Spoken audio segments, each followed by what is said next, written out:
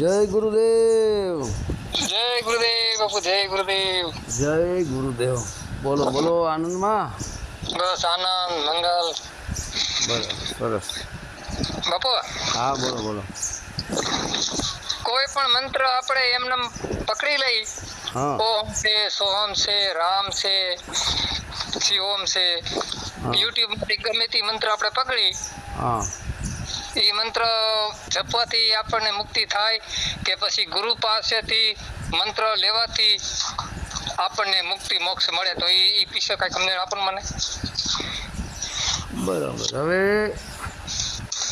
કોઈ પણ મંત્ર ઓહમ છે, સોહમ છે, બરાબર, અથવા તો રામ છે, શ્રીરામ છે, કૃષ્ણ છે, હરે રામ હરે કૃષ્ણ છે, કોઈ પણ XYZ મંત્ર, પણ કોઈ પણ મંત્ર તમે લ્યો એટલે એ મંત્ર 4 અક્ષરથી વધારે ન હોવો પડે, બરાબર. જેમ કે શિવોહમ 4, સોહમ 3, ઓહમ 3, બરાબર. એટલે 4 અક્ષરથી વધારે ન પડે. વધીને આમ તો 3 જ 5 હાલો ચલો ને, પણ 3 અક્ષરનો જે મંત્ર છે એ બેસ્ટ તમે શ્વાસોશ્વાસની ક્રિયામાં ચલાવી શકો. જેવી રીતે આપણા ઉપર પંખો ફરતો હોય અને પંખાના 3 પાંખડા ક્લિયર હોય તો એ હવા આપણને વ્યવસ્થિત આપી શકે, બરાબર. એકાદું પાંખડું પણ જો જરાક બાંગુ ત્રાંગુ હોય તો એમાંથી અવાજ આવે ને, અને વ્યવસ્થિત ફરે નહીં, વ્યવસ્થિત હવા પણ ન આવે, બરાબર. એમ 3 અક્ષર જે છે એને તમે 3 પાંખડા સમજો, બરાબર. અને ઓમ જે છે એ પણ 3 અક્ષર, સોહમ એ પણ 3 અક્ષર, શિવોહમ 4 અક્ષર. જો કે 4 પાંખડાવાળો પંખો આવે જ છે, બરાબર. ફરી શકે. હવે એમ શ્વાસોશ્વાસની ક્રિયા જે છે આપણે, એની અંદર જે આપણે શ્વાસને ખેંચો એમાં સો, પછી 12 કાઢ્યો એમાં હમ, આ 2 થયું, બરાબર. અને ત્યાં ધ્યાન ધરનારી છે એ સુરતા છે, બરાબર. હવે શ્વાસોશ્વાસનો જે આપણો પંખો ફરી રહ્યો છે એ કમ્પ્લીટ ફરવો પડે. અંદર ખેંચો સો, 12 કાઢ્યો હમ, અથવા તો અંદર ખેંચો ઓ, 12 કાઢ્યો હમ, બરાબર. અથવા તો અંદર ખેંચો શિવો, 12 કાઢ્યો હમ, અથવા તો અંદર ખેંચો રા, 12 કાઢ્યો મ, રામ. તો આ ક્લિયર તમારા શ્વાસોશ્વાસની અંદર ચાલે, એક પણ શ્વાસ તમારો કપાય નહીં. હવે તમે 5 અક્ષરથી ઉપર જો કોઈ મંત્ર લ્યો, 4 અક્ષરથી ઉપર, તો એની અંદર તમારી શ્વાસની જે ક્રિયા છે ને કપાય, શ્વાસ તમારો કટિંગ થાય, કપાય, વ્યવસ્થિત ન ચાલે. બહુ લાંબો મંત્ર હોય તો તમે કમ્પ્લીટ શ્વાસની ક્રિયામાં એને ફેરવી ન શકો, કમ્પ્લીટ ફરવો પડે. એટલા માટે સંતોની વાણી છે કે મારો ચરખો બોલે તુહી રામ, તુહી રામ, તુહી રામ. મારો ચરખો બોલે તુહી રામ. ચરખો એટલે શ્વાસોશ્વાસનો ચરખો, બરાબર. શ્વાસોશ્વાસનો ચરખો બોલે છે કે તુહી રામ, તુહી રામ. મતલબ સોહમ, સો એટલે તું પોતે પરમાત્મ રામ, અને બોલનારો હમ રૂપી આત્મા કે તુહી રામ, તુહી રામ. અમારો ચરખો બોલે કે તું જ રામ, તું જ રામ, તું જ પરમાત્મ રૂપી રામ. ઓહમનો અર્થ આ જ થાય કે જો જે તમે છો એ હું છું. ઓહમનો અર્થ એ જ થાય કે જે ઓ એટલે તમે અને હમ એટલે હું. તમારા મારામાં કાંઈ ફેર નથી. હવે આ જે મંત્રો છે, મંત્ર કહો કે શબ્દ કહો, મંત્ર આપણે શું કામ એને કહીએ છીએ? મન પ્લસ તર, કે મનને તારવા માટે, મનને કંટ્રોલ કરવા માટે, મનને સ્થિર કરવા માટે બેસ્ટમાં બેસ્ટ જો કોઈ ધ્યાન હોય તો એ શ્વાસોશ્વાસની ક્રિયા છે, બરાબર. એટલે મંત્ર એટલે કે ભાઈ તારું જે મન છે, મન પ્લસ તર, મંતર, કે તારું જે મન છે એને અહીંથી તારી દે, અથવા તો તારા મન દ્વારા તું તરી શકે છે. મન પ્લસ તર, અથવા તો તું તારા મનથી તરી જા. મન ત્યાં સમાઈ ગયું એટલે મનથી તરી ગયો અને સોમ શબ્દ પ્રગટ થઈ ગયો, મન એમાં લય થઈ ગયું. બરાબર? એટલે આ થઈ ગયું મંતર. બરાબર? હવે એક જ મિનિટ જ. હવે જે મંત્ર છે, બરાબર, એનો અર્થ એ જ થાય કે ભાઈ તારા મનને તું તાર. બરાબર? ત્યાં ધ્યાન લગાય. હવે તમે ક્યાંય પણ યુટ્યુબમાંથી, સોશિયલ મીડિયામાંથી અથવા ક્યાંયથી સાંભળીને તમે જો એને શ્વાસોશ્વાસની ક્રિયામાં કરો કે જપો, બરાબર, પહેલાં તમે જપ શરૂ કરો, પછી અજપામાં જાઓ, ત્યાં પ્રગટ થઈ જાય, ત્યાં તમારી સુરતાને સ્થિર કરો. બરાબર? તો આ જપતા જપતા પણ તમે જઈ શકો છો. બરાબર? કેવી રીતે? સંતની વાણી આવે છે ને કે ભાઈ, જાપ મરે અજપ્પા મરે અનહદ ભી મર જાય, સુરત સમાઈ શબ્દ મેં વાંકો કાલ ના ખાય. બરાબર? આનો અર્થ શું છે કે જાપ મરે. હવે તમે જાપ કરો સોહમ સોહમ, બરાબર, આ જાપ તમારો જપતા જપતા તમે અજપ્પામાં ગયા મરે એટલે તમારો જાપ છૂટી ગયો. એમ વોટકંઠ જે તમે બોલતા સોમ સોમી છૂટી ગયો. મરવાનો અર્થ છે છૂટી જવું, એ છૂટી ગયો. તમે અજપ્પામાં ગયા. બરાબર? જાપ મરે પછી અજપ્પા મરે. હવે તમે અજપ્પામાં વોટકંઠ હલે નહીં, જેના સહેજે સમરણ થાય તમારી સંતાન ત્યાં તમે સ્થિર કરી દીધી. બરાબર? એટલે એ અજપ્પામાં તમે વયા ગયા. અજપ્પામાં સોહમ શબ્દ પ્રગટ થઈ ગયો એટલે અજપ્પા પણ છૂટી ગયો, મતલબ અજપ્પા પણ મરી ગયો. જાપ મરે ને અજપ્પા મરે, મતલબ અજપ્પા પણ મરી ગયો. બરાબર? પછી ત્યાં શબ્દ પ્રગટ થઈ ગયો સોહમ સોહમ. બરાબર? હવે સોહમ છે ને એ જ અનહદ છે. અનહદનો અર્થ બને છે જેની કોઈ હદ નહીં. અનહદ, જેની કોઈ હદ જ નહીં, જેને કોઈ હદમાં લઈ જ ન શકે, હદમાં કોઈ બાંધી જ ન શકે, એ અનહદ. એટલે એ જાપ મરે એટલે જાપ તમે કરતા હતા એ છૂટી ગયો, મરે એટલે છૂટી ગયો. પછી અજપ્પામાં ગયા, અજપ્પા પણ છૂટી ગયો, સોમ શબ્દ પ્રગટ થઈ ગયો એટલે અજપ્પાની કંઈ તમારે જરૂર રહી નહીં. બરાબર? પછી આવું થઈ જાય કે ભાઈ ઉડશે જપુના, કરશે જપુના, મુકશે જપુ, રામ રામ સદા હમકો જપે, હમ પાવીસ રામી સોમ રામ કયો, ક્યાં તમ રામ કયો, પરમાત્મ રામ કયો, જે કાંઈ કેવું છે. બરાબર? હવે પછી અનહદ ભી મર જાય. હવે અનહદ જે શબ્દ છે એ સોહમ શબ્દ, તો અનહદ જે છે એ જિંદગીમાં મરે એની કોઈની તાકાત નથી અનહદને મારી શકે. સોહમ શબ્દને મારી શકે કોઈની તાકાત નથી. તમારે અવાજ બહુ આવે ભગાત, પવન છે બહુ. બરાબર? એટલે અનહદને કોઈ મારી જ ન શકે, સોહમ શબ્દને કોઈ મારી જ ન શકે. સોહમ એ જ આત્મા પરમાત્માનું મિલન છે, તે મરે ક્યાંથી? અમુક શબ્દ છે એ જ પરમ પિતા પરમાત્મા સ્વયં સાથે મરે ક્યાંથી? સુરત સમાઈ શબ્દ આંકો કાલ ના ખાએ. તો અનહદ જે શબ્દ છે એની અંદર આ સુરતા સમાઈ ગઈ. તમે મ્યુટ કરી દો તમારું છે ને, એટલે બહારનો અવાજ ન આવે. આ મ્યુટ કર્યું ને તો હવે અવાજ નથી આવતો. આ મ્યુટ કરી દીધું ને. હલો હલો, હવે અવાજ નથી આવતો. મ્યુટ કર્યું ને, આ પાછો શરૂ થયો. આપણે મેં કરી પણ અવાજ તમારો નતો આવતો ને, એટલે મેં ચાલુ કર્યું તો પછી હવે બંધ કરી દો. હવે અવાજ મારો નહીં આવે. કરો, બંધ કરો તો આમાં હરખો નથી મેળ પડતો. હવે તમને મારો અવાજ સંભળાય છે? Hello hello. હવે અનહદ ભી મર જાય.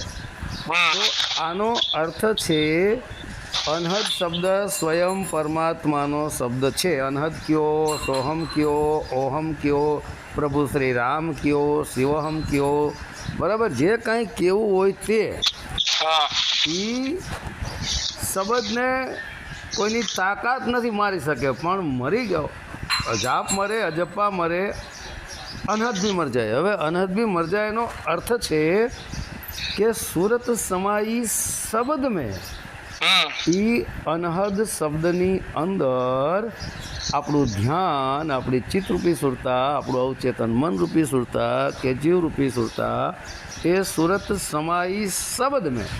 હવે એ સુરતા અનહદ શબ્દ કહો, સોહમ શબ્દ કહો, ઓહમ શબ્દ કહો, એમાં સમાઈ ગઈ એટલે એ સુરતા જે અનહદ શબ્દને, જે સોહમ શબ્દને સાંભળી રહી હતી, તો એ સુરતા માટે અનહદ શબ્દ મરી ગયો કે નહીં? મરી ગયો. બરાબર. સોહમ શબ્દ સુરતા માટે મરી ગયો કે નહીં? હા, સુરતા માટે મરી. બરાબર. એટલે સ્વયં સુરતા સોહમ શબ્દ સ્વરૂપ બની ગઈ એટલે સુરતા માટે આ અનહદ શબ્દ કહો, સોહમ શબ્દ કહો, ઓમ શબ્દ કહો, એ સુરતા માટે મરી ગયો. કારણ કે સુરતા પહેલાં સાંભળતી હતી, એક બાજુ સોહમ શબ્દ ગાજી રહ્યો હતો, એક બાજુ સુરતા સાંભળી રહી હતી. સુરત સમાય શબ્દ મેં, જ્યારે સુરતા શબ્દમાં સમાઈ ગઈ, સોહમ કહો, ઓહમ કહો, અનહદ કહો, એમાં સમાઈ ગઈ ને પછી વાંકો કાલના ખાએ, કાલ એટલે સમય, ન્યા સમય પહોંચી શકતો નથી. કોને વાંકો કાલનો ખાય? મતલબ ઈ સુરતને આત્માની સુરત કહો, આત્મા કહો, એ સોમ શબ્દ સ્વરૂપ બની ગયો. એને પછી કાળની જાળ અડી શકે નહીં, એને પછી કાળ ખાઈ શકે નહીં. અને જેની સુરતા શબ્દ સ્વરૂપ બની ગઈ, અનહદ સ્વરૂપ બની ગઈ, એટલે એ સુરતા માટે શબ્દ મરી ગયો. બાકી શબ્દ તો અજર અમર અવિનાશી છે. આનો અર્થ આમ છે. બરાબર. સુરત સમાય શબ્દ મેં વાંકો કાલના ખાય. જેની સુરતા જ્યારે શબ્દ સ્વરૂપ બની જાય છે ત્યારે એને કાળ ખાઈ શકતો નથી. બરાબર. તો આ જ રીતે સમજવાનું છે. એટલે અનહદ મરે નહીં, સોમ શબ્દ મરે નહીં, ઓમ શબ્દ મરે નહીં, પણ સુરતા માટે મરી ગયો. કારણ કે સુરતા એમાં સમાઈ ગઈ એટલે સાંભળતી બંધ થઈ ગઈ ને. અત્યારે તમે અને હું એકાબીજાના અવાજ સાંભળી રહ્યા છે. બરાબર. બેયનો અવાજ આપણો એક થઈ ગયો. તમે સમજી લ્યો કે હું તમે એક થઈ ગયા તો મારામાં સમાઈ ગયા, અથવા હું તમારામાં સમાઈ ગયો, તો બે એક થઈ ગયા તો સાંભળે કોણ? પછી કોઈ ન સાંભળે એના જેવું. બરાબર. તો આવી રીતના હવે કે ભાઈ તમે કીધું કે યુટ્યુબમાંથી કોઈ પણ મંત્ર છે, શબ્દ છે, પકડીને તમે ભક્તિ ભજન કરો અને એ લાઈને ચાલો, એમાં મુક્તિ મળે કે ન મળે? હા. બરાબર. હા, આવો પ્રસંગ એકલવ્યના જીવનમાં આવે છે. ગુરુ દ્રોણાચાર્ય છે, લગભગ કોણ છે મને બહુ યાદ નથી. આ લગભગ ગુરુ દ્રોણાચાર્ય છે. બરાબર. દ્રોણાચાર્ય ગુરુ પાંડવોને ધનુર્વિદ્યા શીખવાડતા હોય છે. ત્યારે એકલવ્ય હંતાને શીખતો હોય છે એની મૂર્તિ બનાવીને. એટલે જેવું એને જોયું એ પ્રમાણે દિલો દિમાગમાં બેસી ગયો, એ પ્રમાણે પ્રેક્ટિકલ કરવા લાગ્યો. બરાબર. અને અર્જુનથી પણ પાવરફુલ બની જાય છે. બની જાય છે કે નહીં? અર્જુનથી પણ પાવરફુલ બની જાય છે. બરાબર. હવે પછી હવે જોયું કે એને તો કાંઈ ગુરુ દીક્ષા, એને ગુરુ મને ખાલી મનથી ધાર્યા હતા. ધાર્યા હતા કે નહીં? ધાર્યા હતા. મનથી ધાર્યા તો એ સક્સેસ થઈ ગયો. પણ જેવું એને જોયું એવું એના દિલો દિમાગમાં ઉતરી ગયું, એને પકડી લીધું. પકડવું પડે. અત્યારે હાજર ગુરુ હોય ને ગુરુ એને કોઈ પણ ભક્તિ ભજન બતાવે તો એ પકડતા નથી. તો અત્યારના કોઈ પકડતા નથી, ખાલી ડીંડક ને ખોટી કઠણી બકણી વાતું કરે તો એના કરતા તો એકલવ્ય હારો. હે, છતાં એકલવ્ય એમાં સક્સેસ થઈ ગયો તો, સફળ થઈ ગયો તો. બરાબર. પરંતુ ત્યાં દ્રોણાચાર્યે અર્જુનને એવું કીધું હતું, તું સર્વશ્રેષ્ઠ ધનુર્ધારી છો. બરાબર. એટલે અહીં થોડુંક ચલો ઠીક છે, જે કાંઈ આપણે ભગવાન પરમાત્મા દરેકને ભાઈ બધું બરાબર જ છે, ઓકે જ છે, ફાઇનલ છે. કોઈની બુરાઈ ખામી જોવાનો અધિકાર આપણને જ છે નહીં. એકલવ્ય જ્યારે એકલવ્ય કોઈ કૂતરું ભસતું આવે છે એ બાજુ, અને એકલવ્ય કૂતરાને જરા પણ ઈજા ન થાય એવી રીતે એના મુખમાં બાણ મારી દે છે. એટલે આખું મોઢું બંધ થઈ જાય અને કૂતરું એ બાજુ જાય છે. ભાઈ આવો બધો ધનુર્ધારી કોણ? ત્યારે જોવે છે ગોતતા એકલવ્ય હોય છે. ભાઈ આ ધનુર્વિદ્યા તું ક્યાંથી શીખો? એમ તો કે તમારી પાસે તમને મેં ગુરુ માન્યા છે, હું જોઉં છું, શીખું છું. બરાબર. ઓકે. એટલે દ્રોણાચાર્ય એમ થયું કે મેં અર્જુનને કહી દીધું છે કે ભાઈ તું સર્વશ્રેષ્ઠ ધનુર્ધારી. બરાબર. હવે અર્જુનથી આ વધી જાય એમ છે એકલવ્ય. તો હવે કરવું શું? એટલે પછી એ ગુરુ દક્ષિણા માગે છે કે ખરેખર તે મને ગુરુ માન્યા હોય. જો કે દ્રોણાચાર્ય કઈ શિષ્યનો સ્વીકાર કર્યો નતો કે તે મને ગુરુ માન્યા હોય. બરાબર. કે તે મને ગુરુ માન્યા હોય અને મને ગુરુ માની અને તું આ વિદ્યામાં પારગંત બની ગયો હોય તો મને ગુરુ દક્ષિણા આપ. જો કે એકલવ્ય દ્રોણાચાર્યને ગુરુ માન્યા હતા, બાકી દ્રોણાચાર્યને ખબર નહોતી કે આ મારો શિષ્ય છે, બરાબર? મનથી એને માન્યા હતા, છતાંય સફળ તો થઈ ગયો ને. ત્યારે દ્રોણાચાર્ય ગુરુ દક્ષિણા માગે છે, બરાબર?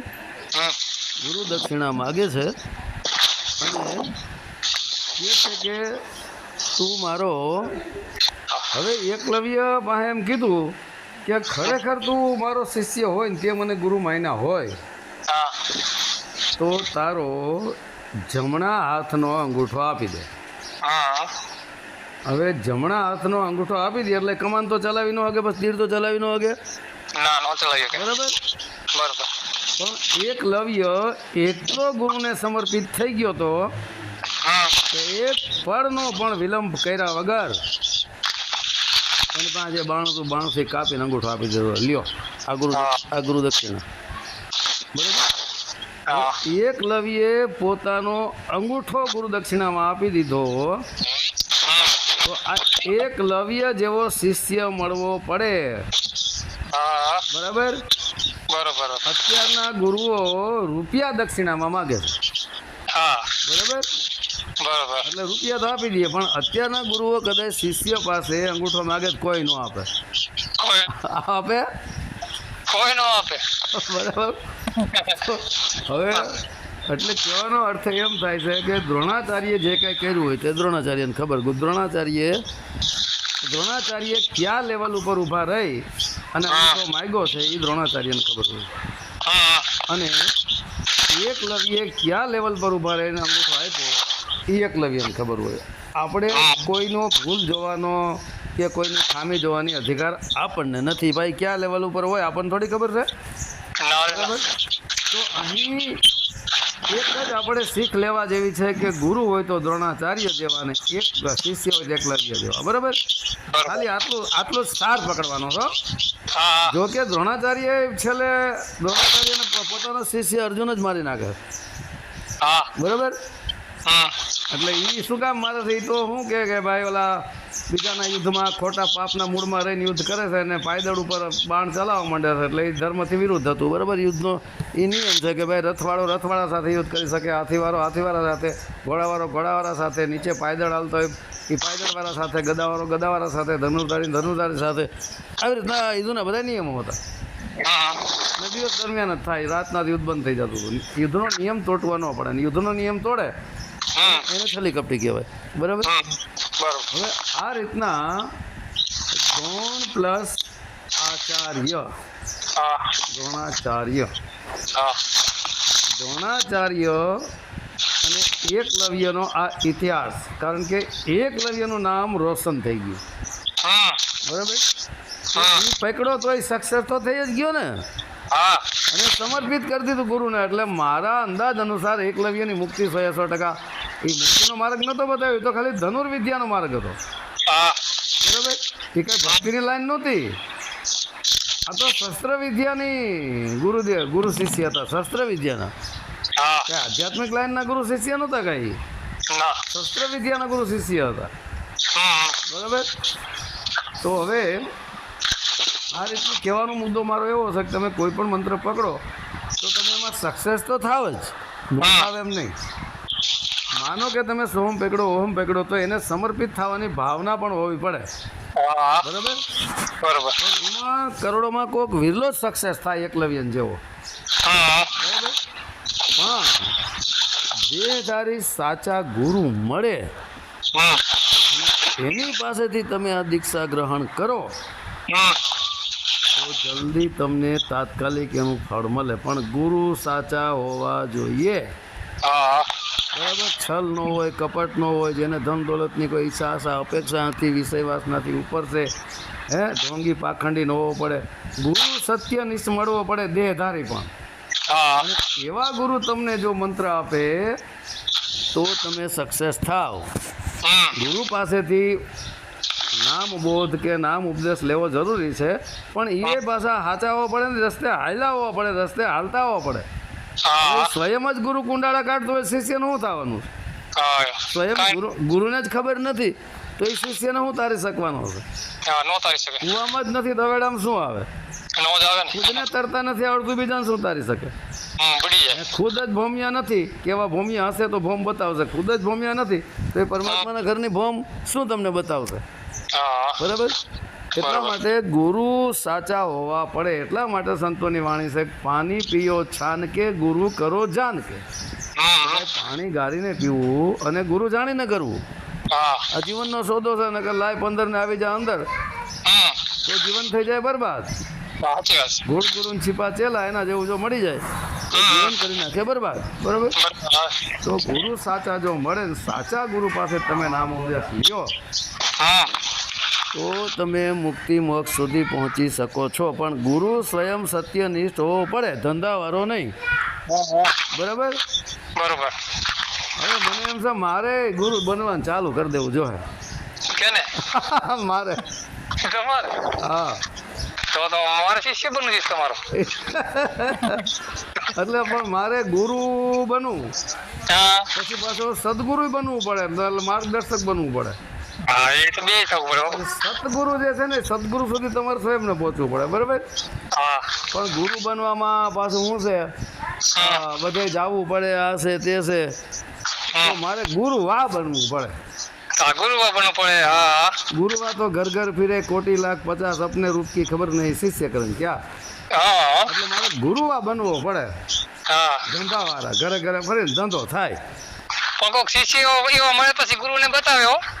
હા એ તો બતાવે જ વહેલા મોડે, ગુરુ ફેંકાઈ જાય. હા એમ ત્યાં સુધીમાં કેટલાય પૈસા બનાવી લે કે નહીં? બનાવી લે પણ પછી ગુરુને કહી દે ને છેલ્લે, ગુરુને શિષ્ય પદ બતાવે કહીએ હો. હા એ તો બરાબર છે. બરાબર. એ લોકો બસ છોડે છોડીને વયા જાય શિષ્યો બધા હોય નહીં, પણ ત્યાં સુધીમાં પૈસા કેટલાય કમાઈ લે કે નહીં એમ? હા માયા ભેગી કરી. હા માયા ભેગી થઈ જાય. મુક્તિથી છેલ્લે મરીને તો નરકમાં જ જાય ગુરુ. આ તો બધાય ચેલા ઝપાટા વાયરે છલ કપટ કર્યા હોય, દગા કર્યા હોય, પૈસા લૂંટા હોય. બરાબર. એટલે મને હું ગુરુવા બનું પણ ધંધો હું કરું, ગુરુવા બનું ધંધો કરું. પણ ધંધો હું ચશ્માનો કરી હાયરો હાયર 100-200 નંગ ચશ્મા લેતો જાવ અને જેને ઘરે જાવ એને કહી દેવાનું કે ભાઈ તમારા ગામની અંદર મને 50 ચશ્મા વેચી દેવાના, હું મારી હાયરાઓનું વેચું. ચશ્મા મને 50 રૂપિયા મળે એટલે 50 ગુણ્યા 5 બરાબર 250 રૂપિયા એ મારું ભાડું નીકળી જાય. નકર મારે ભાડું ક્યાં જ કાઢવું? બરાબર. એટલે આવી રીતે ગુરુવા બની અને ઘરે ઘરે ફરી એક માર્ગદર્શક બનવું, માર્ગદર્શન આપો કે આ રીતે કરો, આ રીતે કરો, આ રીતે કરો, ભક્તિ ભજન કરો. બરાબર.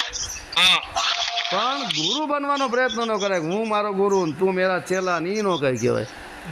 એક રસ્તો બતાવનારો, એક માર્ગદર્શન બતાવનારો તમને કદાચ બની શકું. બરાબર. પણ પેલા મારે ગુરુવા બનવું પડે કે નહીં? ઘરે ઘરે ફરવું જ પડે ને, અને ધંધો કરવો પડે. એટલે આ શિષ્યોના ચેલા ચમાટા જ ન કરાય. કોઈ શિષ્ય મળે શિષ્યને કઈ પૈસા તો લૂંટાતા નથી તો નરકમાં જવાય. પણ આ ધંધો થાય એટલે ચેલા ચપાટા પૈસા લૂંટવાનો ધંધો નહીં હો. ચશ્માનો એટલે મારું ભાડું નીકળી જાય. તો બરાબર. જેને જેને મને ગુરુવા બનાવવા હોય, ગુરુ નહીં સદગુરુ નહીં, ગુરુવા જેને જેને મને બનાવવો હોય એ બધા આમાં ફોન નંબર પોતપોતાનો લખજો. કેટલાને મને ગુરુ બનાવવો છે, ગુરુવા બનાવવો બધા આની અંદર ફોન નંબર લખજો. બરાબર. બરોબર.